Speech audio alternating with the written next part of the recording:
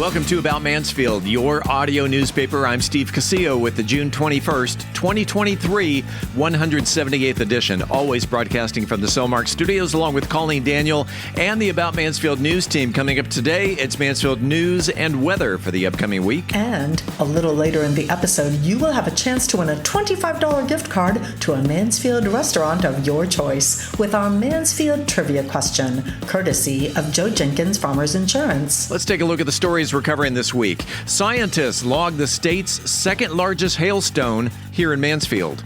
Chamber releases statement amidst membership controversy. Community read-in event set for Tuesday.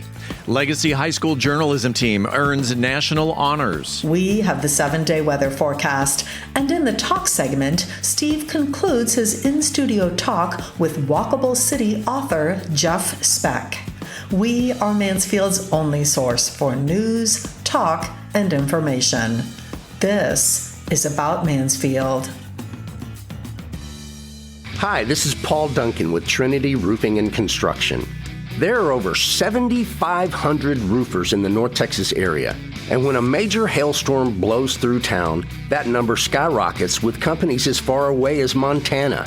In the planning stages of re-roofing your home, it's normal for customers to ask questions such as, where are they based out of and how many years experience do they have roofing in North Texas? Trinity Roofing and Construction can answer each of these questions with confidence. As a family-owned, Mansfield-based business since 2011, Trinity Roofing and Construction recently received a Product Excellence Award by Owens Corning and are a Platinum Preferred Contractor with Owens Corning.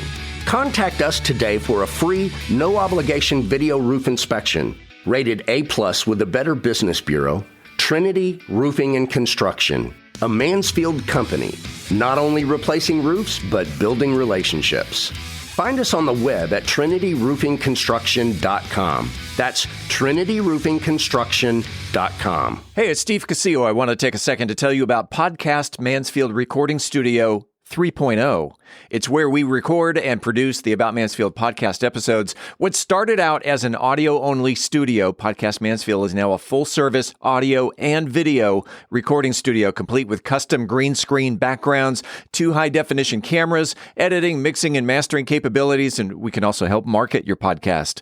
Podcast Mansfield is home to such great locally produced shows, such as Wealth Building Made Simple, We Are TPM, and Wealth Think Tank Television, just to name a few. So whether you're a hands-on person or just need a place to record your podcast or need advice from concept to completion, Podcast Mansfield is here to help. Conveniently located on Heritage Parkway, just off of 287 right here in Mansfield. Mention the About Mansfield podcast, and you get to record your first episode at no charge. For more information on starting your podcast, or if you're looking for a better place to record, Podcast Mansfield Recording Studio can be found on the internet at podcastmansfield.com. No matter your familiarity with buying or selling real estate, having an experienced, trusted advisor on speed dial is priceless. The Roger and Beth team of Century 21 Judge Fight is here to be that resource for you. Whether you're buying right here in Mansfield or your dreams are taking you elsewhere, we are ready to help you with turning that vision into a reality. To learn more, visit our website at homesinmansfield.com. That's homesinmansfield.com. Hi, this is Mansfield Chamber of Commerce CEO Lori Williams, and you're listening to About Mansfield. Welcome back to About Mansfield. This portion of the news is brought to you by Trinity Roofing and Construction. The evening of June 12th started off just like any other ordinary Monday until a supercell thunderstorm formed just south of town around 10:15 p.m., immediately setting off a severe thunderstorm warning.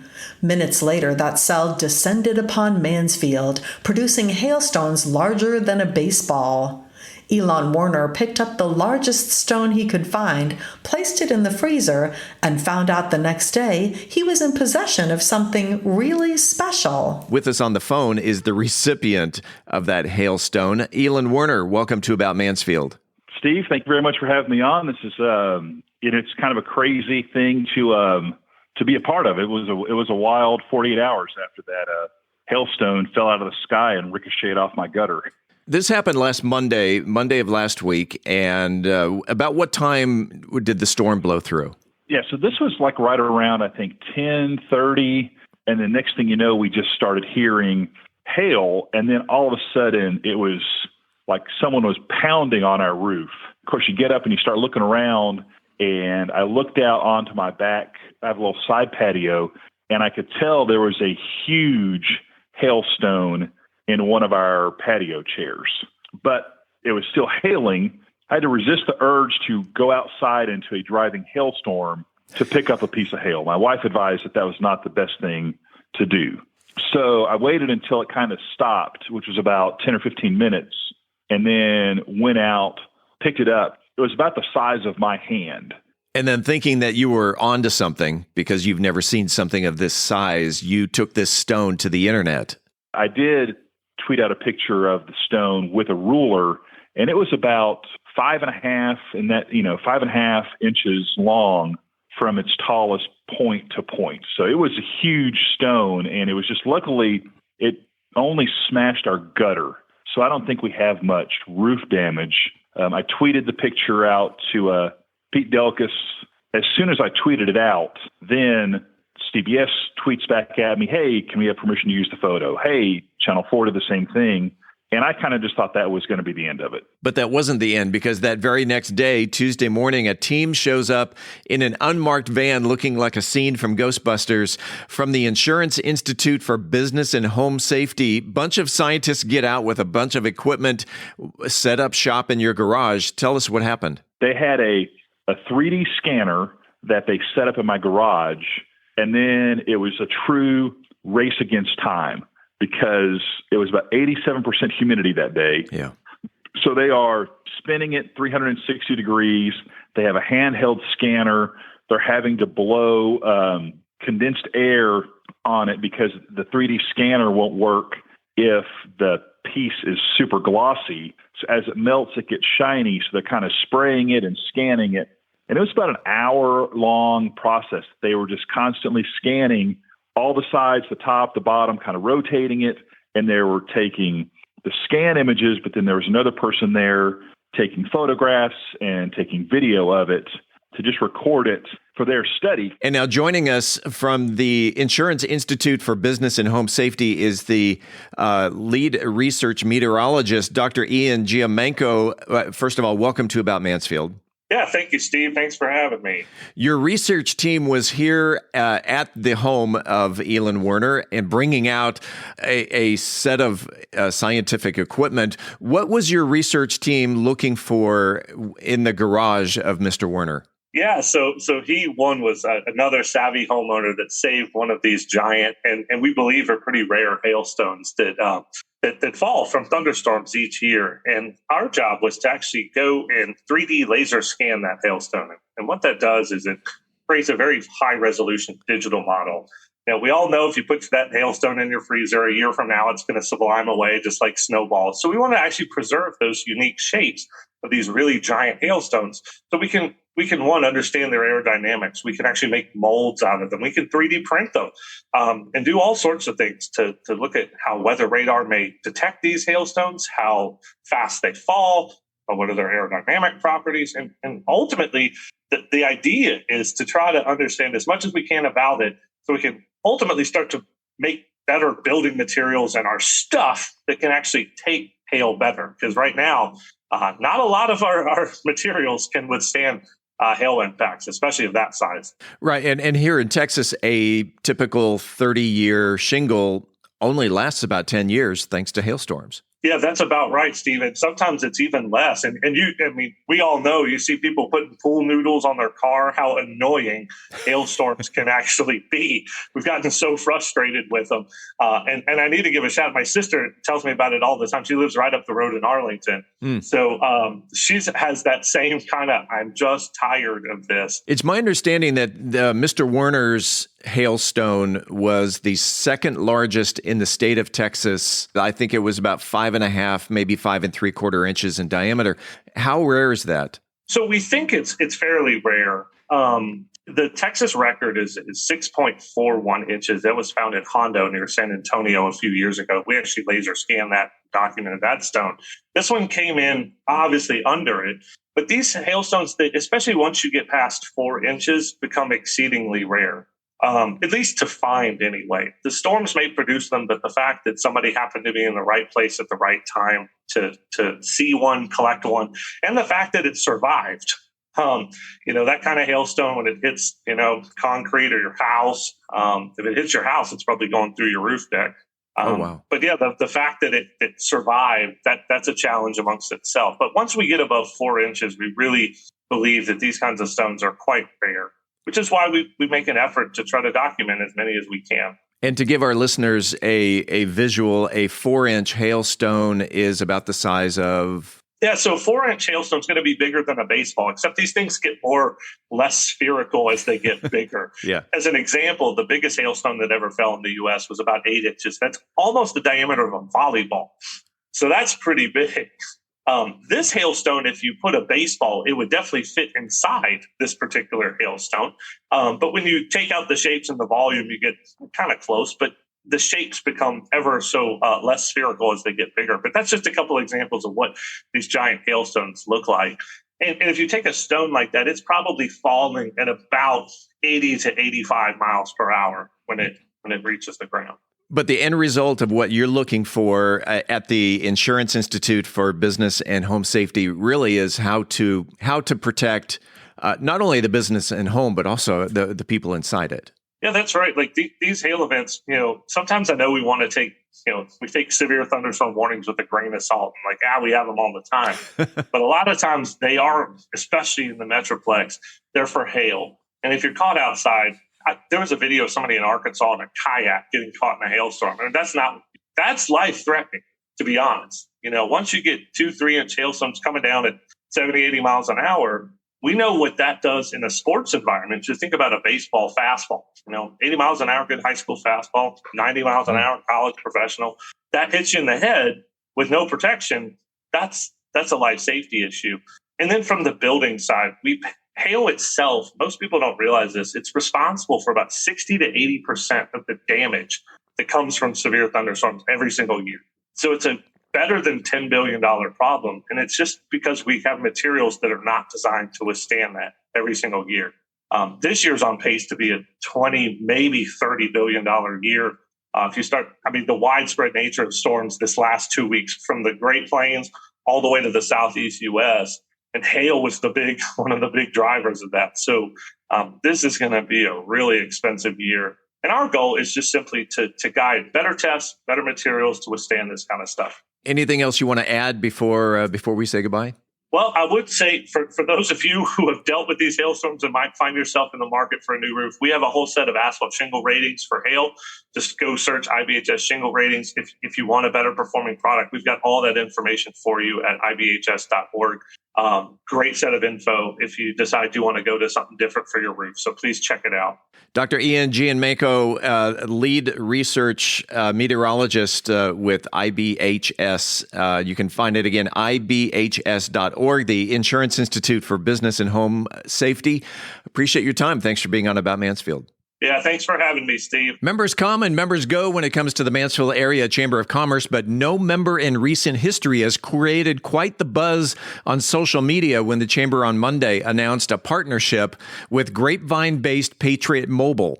Founded about a decade ago, Patriot Mobile markets itself as America's only Christian conservative wireless provider, which includes a pledge to donate a portion of users' monthly bills to conservative causes, including funding the campaigns of 4 current Mansfield ISD school board trustees. Mansfield Chamber President and CEO Lori Williams released a statement on Tuesday saying, quote, "The Mansfield Area Chamber of Commerce welcomes partnerships with any legal business of all sizes and from all sectors, focusing solely on business-related aspects without considering factors like political affiliation, race, gender, or religion. Our goal is to foster a thriving business community, and we seek partners, not just members, who align with our pillars of advocacy, connection, and education," unquote. In a follow-up question, Williams responded that the Mansfield Area Chamber of Commerce does not maintain geographical boundaries. Members of the community are gathering prior to the next school board meeting on Tuesday, June 27th, for what they are calling a community read-in. Organizer Ben Mason talked with Steve about the event. Ben Mason, first of all, welcome to About Mansfield. Hi, thank you. Tell me about this community read-in. How did it start? Who came up with the idea? And give the listeners more information about this read-in. I guess it's my idea. There's been a lot of discussion going on in the community about the school board's policy updates, discussion around libraries, books, librarians, and things like that. And, I've participated in those discussions as well. And I wanted to have a chance to sort of reset and just get us back to the things that we find that we all think are important about this. That books are and reading is something that's very important to me and my family. We read to all of our kids every night. We have books in every single room of our house. And my wife is a dyslexia teacher at another school district, and so we're very passionate about reading, and I can tell that the community thinks so too. And so I just wanted to have an opportunity for people in the community to come and share with each other, share their passion for books and for reading. Now, this is kind of a throwback to the protests of the 60s with sit-ins. This is not really a protest, though, is it? I don't think so. No, you could call it a sit-in. It's just a show up and express your passion, your values. And so I plan on coming out with a book and a chair and maybe finding a bit of shade and just being public about that I like to read, and that's a value for me. This community read-in, anybody and everybody is invited to attend. Just bring a chair and a book. And does it have to be a specific book? Because I know there are some books that are being considered on the chopping block by the school board. What should they bring? Bring whatever you're interested in reading, or whatever you want to share, or what you want to talk to people about. It's an open event. Tuesday, June 27th, 6 to 7 p.m., right in front of the Center for the Performing Arts, right in front of the 7 p.m. school board meeting. So, Ben Mason, is there anything else you want to add to the read-in? No, I'm looking forward to seeing some members of our community and having a great event to get together. Perfect. We'll see you there, and appreciate you being on About Mansfield. Thank you so much. The Legacy High School Journalism Program earned national recognition this spring for its journalistic efforts. Student editors and teachers were honored at the Journalism Education Association and National Scholarship Press Association Spring National High School Journalism Convention held in San Francisco. The Writer Online is the program's online news hub, and that won the prestigious Pacemaker Award, the highest honor of achievement for high school journalism programs since 1927. The Writer Online has been in production for the past 15 years and has been considered for the Pacemaker Award nearly every year. In addition, the Writer Online and the campus yearbook, The Arena, won Best in Show. The National Scholastic Press Association inducted both the Arena and the Writer Online student publications into its Hall of Fame in 2018. The publications earned 10 of NSPA's All-American ratings within the last 11 years. If you have a comment about the show, the news, whatever's on your mind, the good, the bad, the ugly, doesn't matter what's on your mind, you can reach us by voicemail at 817-435-2938. Again, 817-435-2938. 2938. Friday, June 23rd is National Take Your Dog to Work Day, which honors our most beloved pets.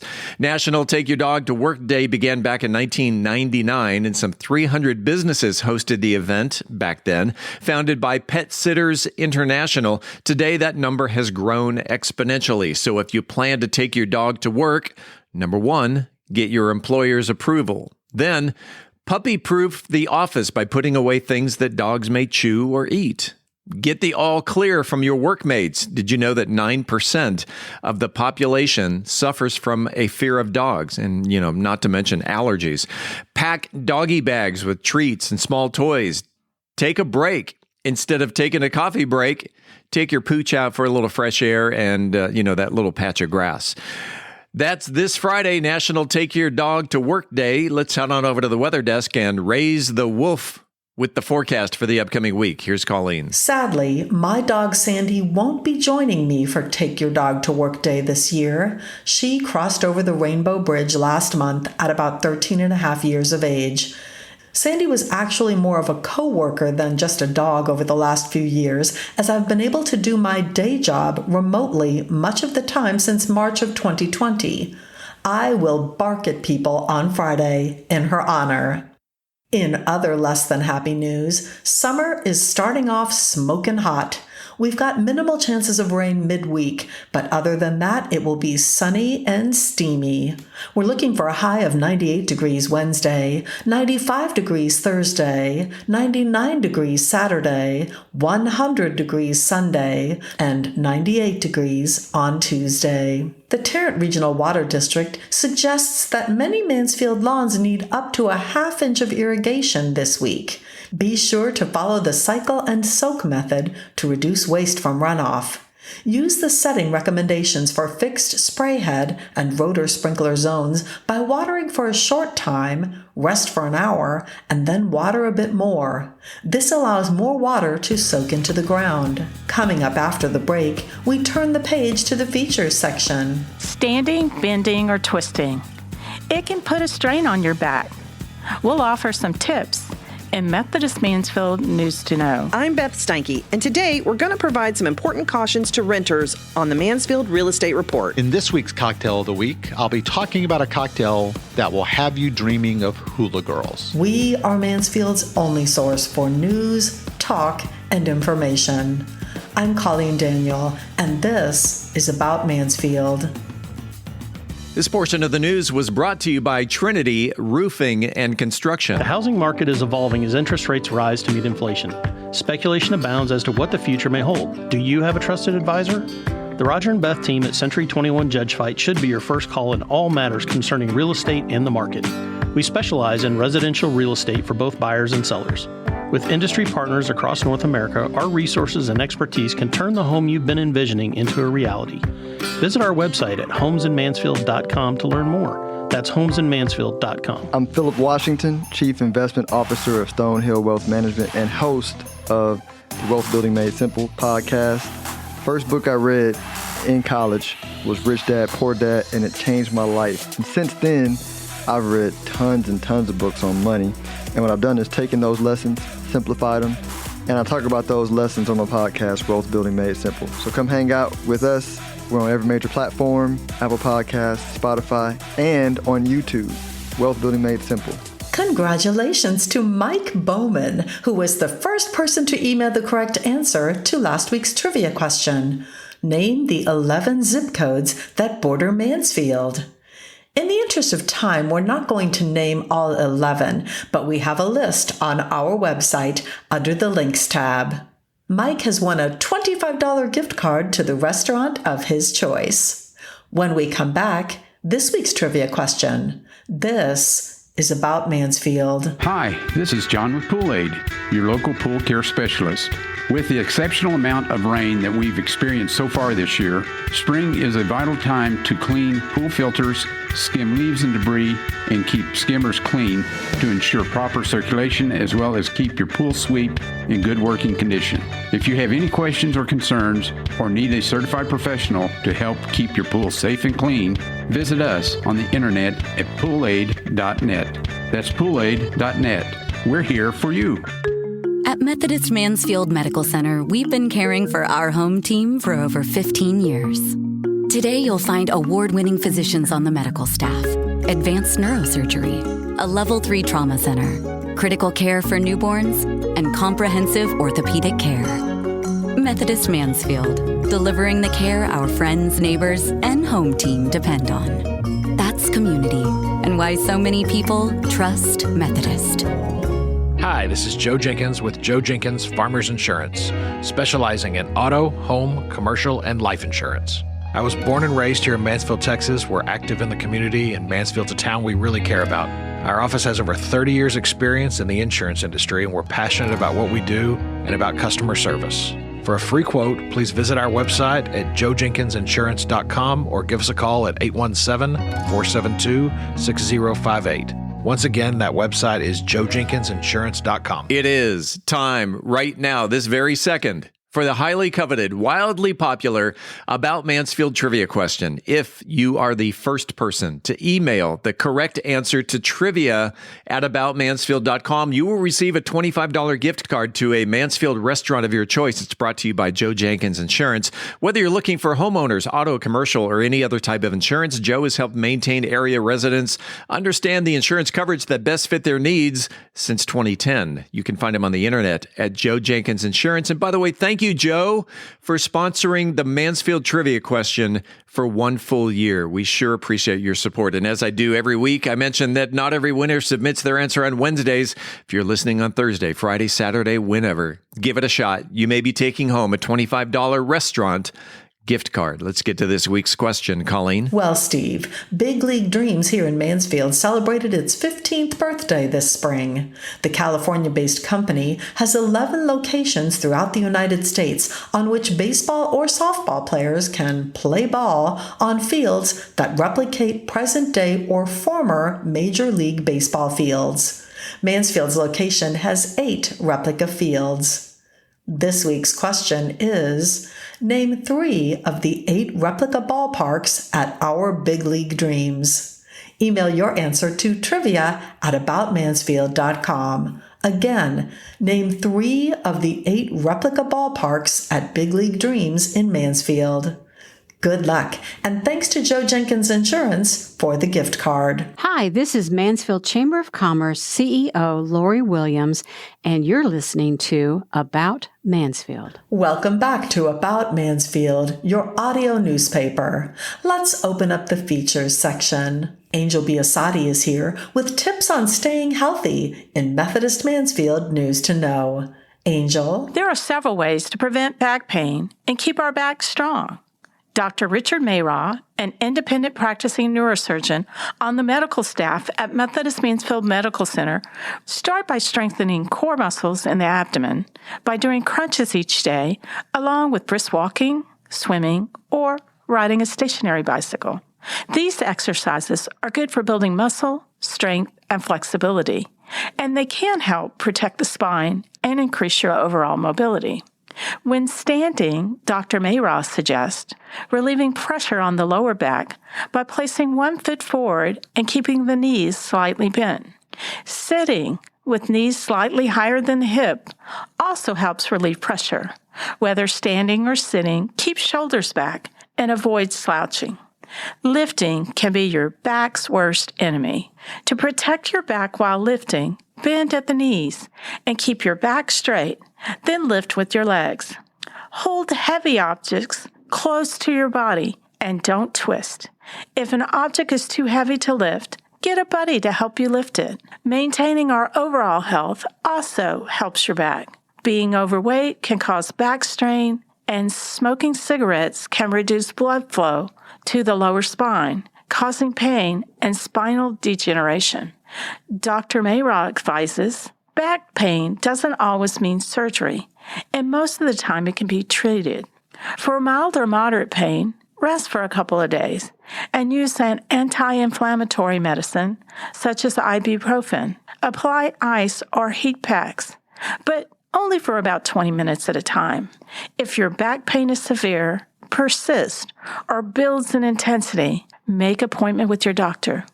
If pain follows a fall or numbness in the legs, trouble urinating, weakness, or fever, be sure to make an appointment with your doctor. With Methodist Mansfield News to Know, I'm Angel Biasatti for the About Mansfield podcast. Realtor Beth Steinke is here to talk about some important cautions for renters in the Mansfield Real Estate Market update. Beth? Renting is hard, and today it's even harder and more expensive than ever.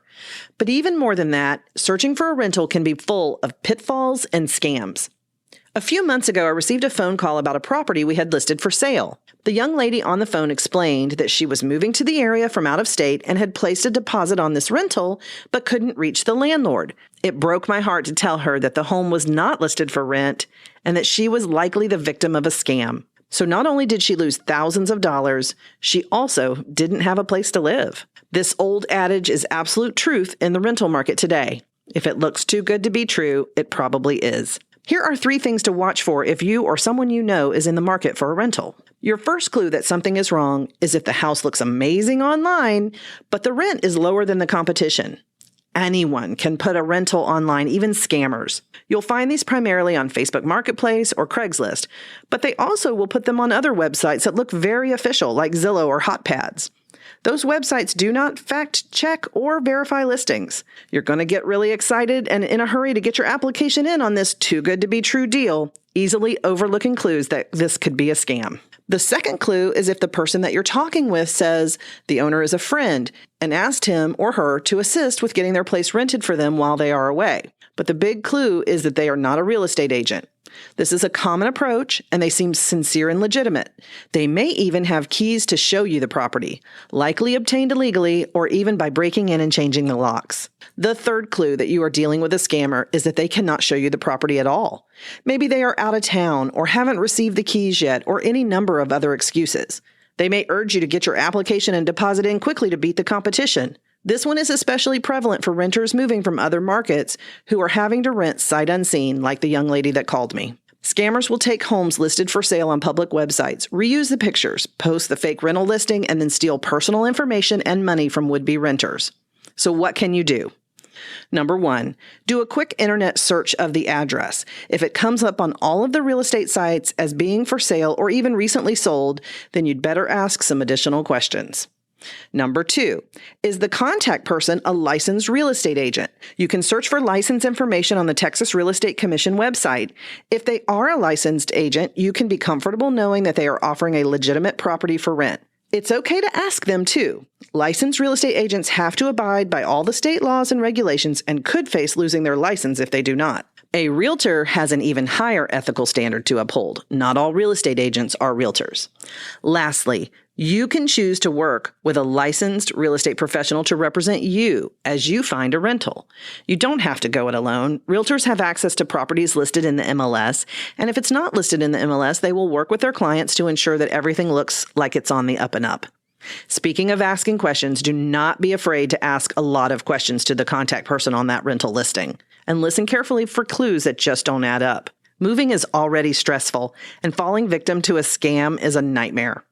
Go into the process with your eyes wide open, knowing what to look for, and most importantly, with your real estate professional by your side. A quick reminder that you are invited to our special event for About Mansfield listeners, Demystifying Wills, Trusts, and Probate, Monday, June 26th at 6 p.m. This is a real passion project for us. If you're a blended family, have children, own real estate, or a business, you'll want to attend. We are less than 2 weeks away, and if you don't know where to start, this event's for you. If you'd like more information, send me an email at info@aboutmansfield.com. For the About Mansfield podcast, I'm Beth Steinke with Century 21 Judge Fight. Shaken or stirred, either way, you know it's going to be good as Brian Certain takes you to a sunny beach paradise in the cocktail of the week. Brian. This week's cocktail of the week is the grass skirt. A couple of weeks ago, I started this new series on cocktails that I found on TikTok, and this week's cocktail is from Cocktail Cantina. So if you're longing for the taste of the tropics, the grass skirt cocktail is the perfect choice. This vibrant and refreshing concoction combines the botanical elegance of gin with the bittersweetness of Aperol, while infusing the tropical allure of pineapple juice and the citrusy kick of triple sec. This is a harmonious blend of flavors that can transport you to a sunny beach paradise with every sip. At its core, the grass skirt cocktail is a delightful marriage of gin and Aperol, creating a balanced and complex foundation for the drink. The gin provides botanical depth and complexity, while the Aperol adds a touch of bitterness and a vibrant orange hue. These two spirits work in harmony, each enhancing the other's flavors to create a well-rounded base for the cocktail.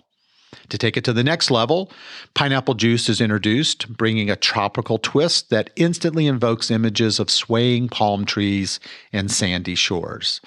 The pineapple juice adds a natural sweetness and a luscious texture to the drink to further enhance its appeal. It provides a burst of fruity flavor that complements the gin and the Aperol, again creating a refreshing and exotic taste experience.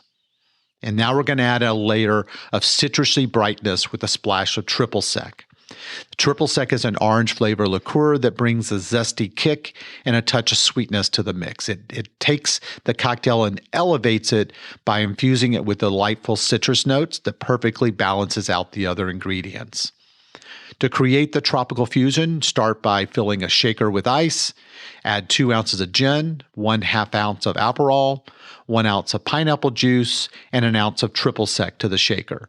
This combination of ingredients create a harmonious symphony that will transport you to that beach paradise.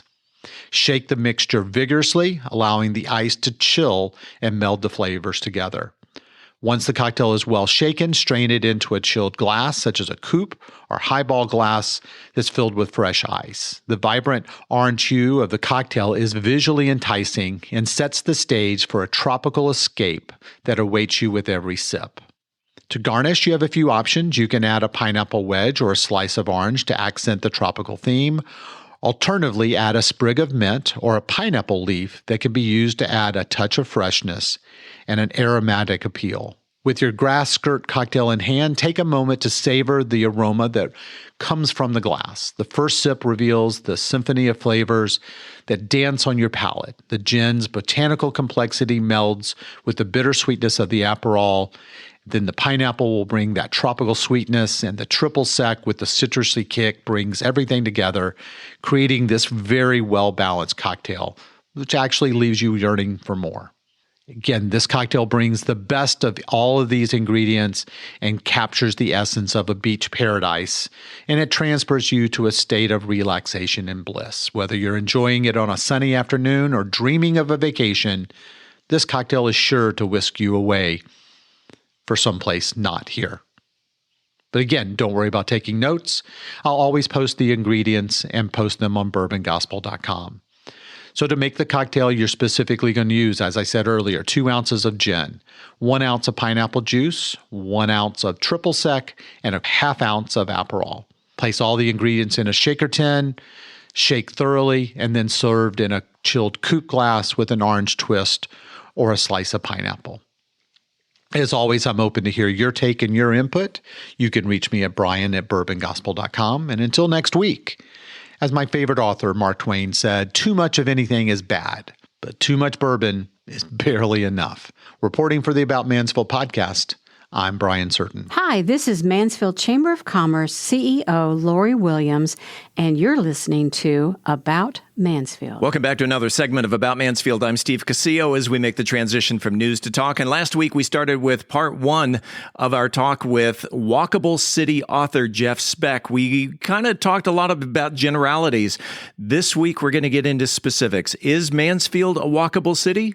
Let's find out. 3 months ago, we just had our city council elections. There were 3 seats that were up for election. And the hot bullet point, probably the hottest bullet point, would be the congestion in Mansfield, the already congestion in Mansfield. And so if we're talking walkable cities who have putting mixed use in, the other hot spot, the hot topic is apartments. Yeah. And okay, let's go back to how do you change the mindset of people out there going, well, this city is A, congested enough, and B, we don't need apartments. Well, we have a housing crisis throughout the country. Mm-hmm. I believe every city has a responsibility to try and help solve that, and I think your leaders believe that as well. Mm-hmm. But if you just bring in apartments that are a pod like any other pod, where there's the requirement that they leave that pod in order to get anything accomplished at all, then it will contribute to your congestion. And the real answer is to only build complete neighborhoods. Yeah. And, the city is pursuing that objective. Again, clearly, people are going to have to leave their domiciles to get to work, probably, or at least to get to certain things at certain times. But the typical suburban American house generates 13 car trips per day. That's one-way trips. I guess someone's not making it home at night, but it's 13 averages. It averages 13 car trips per day because the daycare, the school, the shopping, everything is reached by car. And where I'm staying, which is by the freeway in the Spring Hill Suites, I think it's called, I've been walking to my meals, but I'm the only one. When the whole environment is so punitive for walking, of course, every new apartment's going to be a bunch more trips a day, right? Right. Won't be 13 because it's smaller than a house, but it'll be more.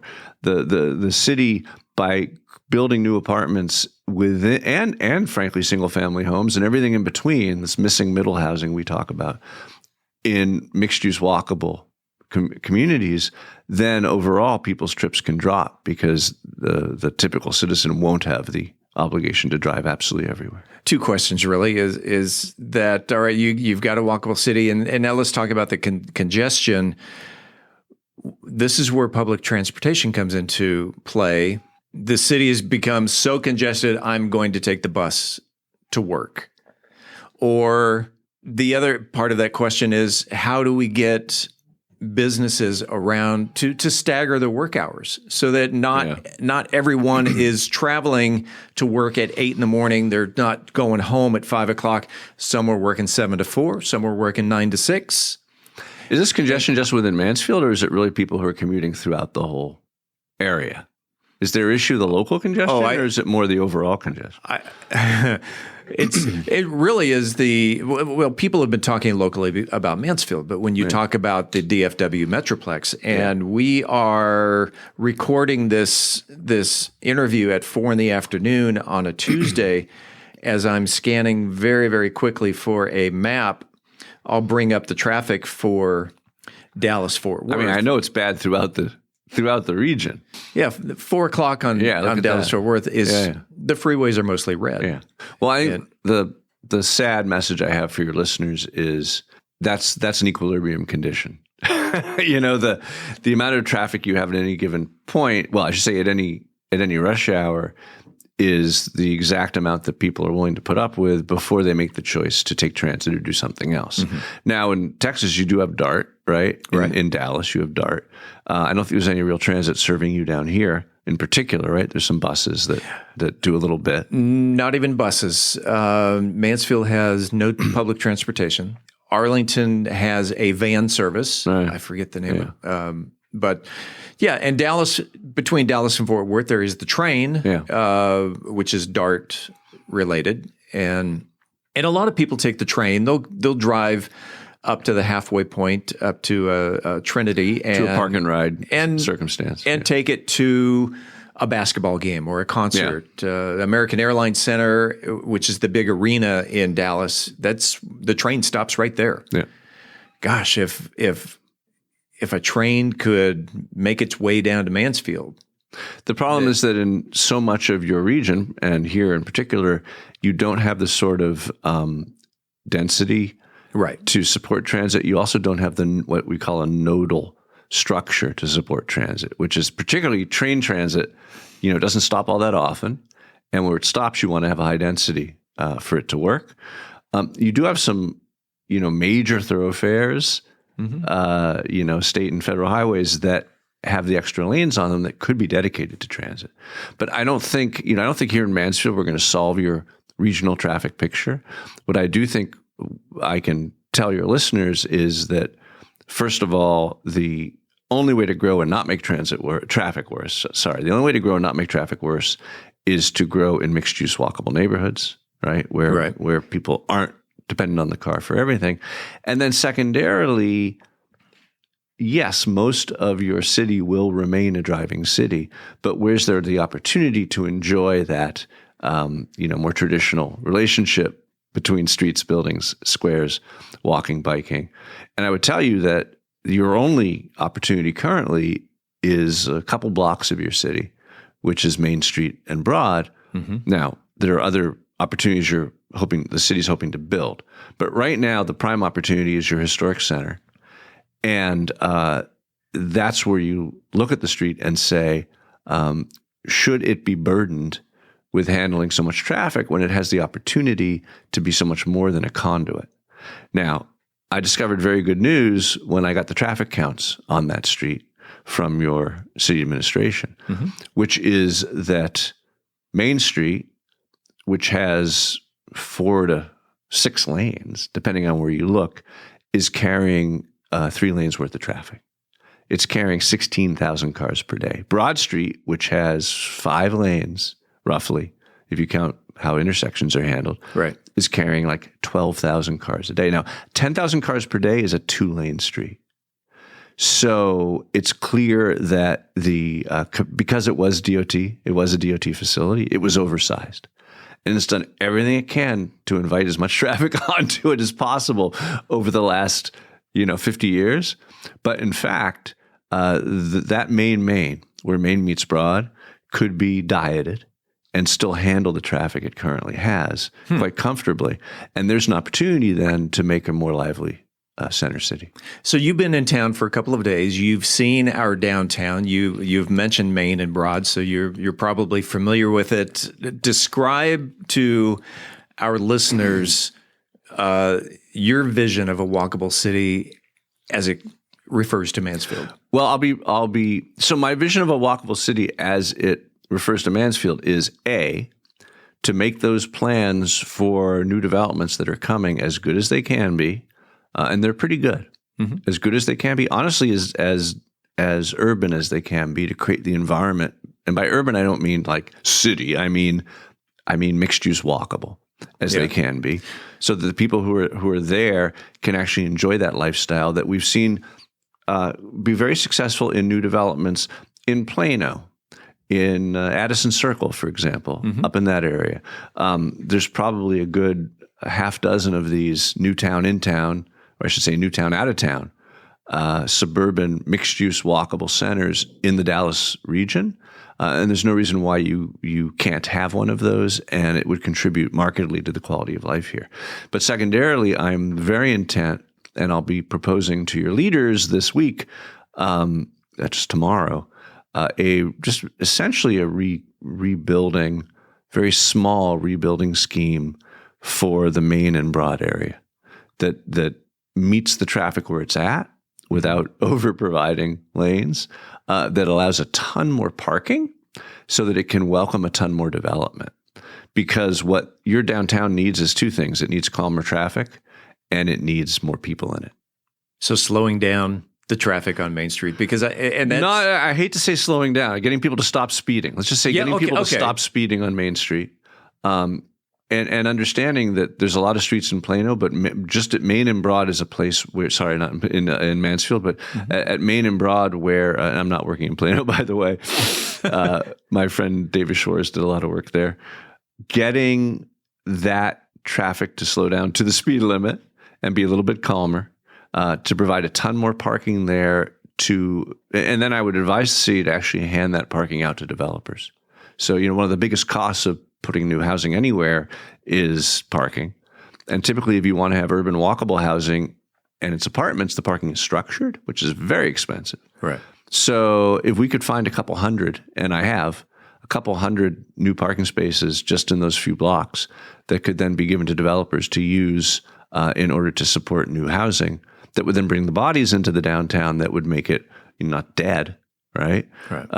That would be the start of having a heart in your community. And getting people out of their cars, even onto bikes, because you have a nice trail system that runs just adjacent to the main street. The linear trails are wonderful. Yeah. But biking from home to work. So you've got the major businesses here, the Mauser, Klein Tools, and Cellmark are 3 major industries here in town. There are also some others that, and you've got the Amazon Center is downtown as well, all easily bikeable. Yeah.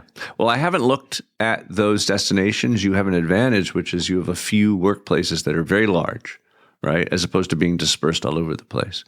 That presuming that people were willing or able to live in expensive Mansfield and work in those businesses, which I know many are, but probably the most aren't. Then there would make some sense to enhance your bike system. Yeah, I do have a friend that is he's a big biker, and he bikes I think he bikes 3 miles to work. I interviewed him just the other day. He biked from another 1.5 miles from work to here to the studio. He biked back to work, finished his day. He bikes another 3 miles back home. But he's pretty hardcore, I'm guessing. He's not your fearful biker. Yeah, and these streets don't seem to welcome. There are no, with the exception of Pleasant Ridge, there are no bike lanes. Yeah, I wouldn't bike on your typical Mansfield street. Period. Because us Texans, without a designated we love bike our lane. cars.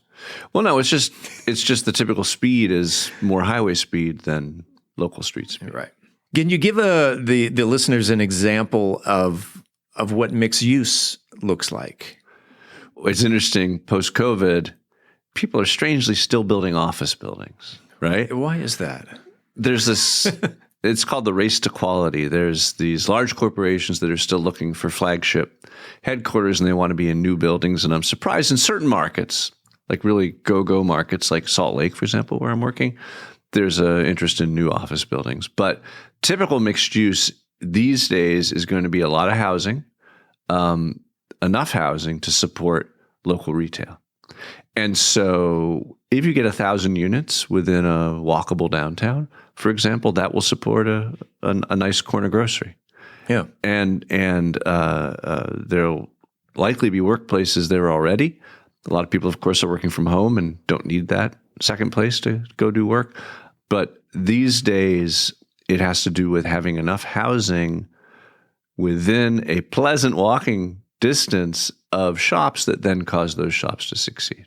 Again, going back to that vision of Paris, sure, where you may walk 4 or 5 blocks to the metro, the subway, and in that 4 or 5 block walk, you're passing the butcher, you're passing the local produce guy, you're passing all of your daily needs. You aren't going to Costco and buying a month's worth of food. But you're also passing 7 stories consistently everywhere you go. 7 stories in Paris, roughly, right? Apartments of all different size and shape. Some of the most beautiful homes in the world in those buildings, and some garrets in the roofs, which is how it was originally built. In fact, every building was a mixed income development. Sure, because you had the piano nobile, the great, second and third stories of great apartments, and then you had workers living upstairs. But it's important to understand, for example, when you look at height limits, that if you want a walkable environment that's really going to have decent retail, that you can't be stingy on that. Yeah. Now, there happens to be a natural cutoff at about 6 stories, because developers these days across the U.S., they can stay in the cheapest construction by having a ground floor of concrete block and then maybe 5 floors on top of. Well, that sounds stick. like the brownstones in Manhattan. Sure, they're not high rises, but they are 4, 5, 6 stories, and then you've got the local pizza place or the grocer or down on the bottom floor. It's a trade-off, and I think most people in a suburban city would say, "Well, who wants that? Who wants big shadow casting?" In fact, in Texas, shadows are a good thing. But who wants big shadow casting, hulking buildings when I'm used to a more single family lifestyle? The answer is about half of us. Yeah, and that half is deeply underserved by the current market. But then there's also just this relationship between density and amenity. So when you say what's mixed use, well, I just mentioned 2 of the biggest uses, but of course, recreation and gyms and pools and daycare and schools, all these other things also contribute to having a fully mixed use community. And I work for a lot of cities, I work for a lot of developers. The developers have very clear spreadsheets. The number of units they get determines the number and type of amenities that they're able to put into the neighborhood. Half of Americans, roughly, 40 to 60%, depending on who you ask when, want to have that sort of urban lifestyle. And in order to provide it, you need more bodies than you're going to get in a 3 or 4 story development. Jeff Speck, I know that your time is tight. I know you have to be. Well, I'm due at the city right now. Yeah, a few minutes. Right. So we've got about a minute left in this interview, and your book is called Walkable City, and so if any of the listeners wanted to really get some more information and a better feel for who you are, how can they get a hold of the book? Well, the book is everywhere that you would buy books. In other words, Amazon. I hate to say. Wherever you buy books, you can get the book. It just came out in a new 10th anniversary edition. It's for everybody. It was written for people who aren't professional planners, which is why it's done so well. You can also go to my website, which is jeffspeck.com, and it's jeffspec.com, where you'll see access to, I have a couple TED Talks that have a lot of views, and they're only 15 minutes long. So that's an easy first taste of this. But a lot of people tell me that the book is the gateway drug. Walkable City is the gateway drug to becoming an urbanist. Again, welcome to Mansfield, and we look forward to what the future has for downtown. So do I. Coming up next week on About Mansfield, we will talk in studio with yet another outstanding citizen from our community. As always, this is the place where you will hear the latest Mansfield news, sports, and weather. Until then, don't forget to like, follow, subscribe, share, love, or support this podcast if you haven't already, so you never miss an episode. And in fact, hey, how about going over to Apple Podcasts and leaving us a 5-star review? About Mansfield is recorded at Podcast Mansfield Recording Studio. Hosts Steve Casillo and Colleen Daniel. Moment with the Mayor feature, Michael Evans. Science reporter, Dennis Webb. Methodist Mansfield News to Know, Angel Biasatti. Mansfield Real Estate Market Update, Beth Steinke. Cocktail of the Week, Brian Certain. Post-production editing, mixing, and mastering, Steve Casillo. This podcast is copyrighted by Podcast Mansfield Recording Studio for the private use of our audience. Any other use of this podcast without written consent is prohibited. We thank you all for listening. On behalf of the entire news team, I'm Steve Casillo, and this is About Mansfield.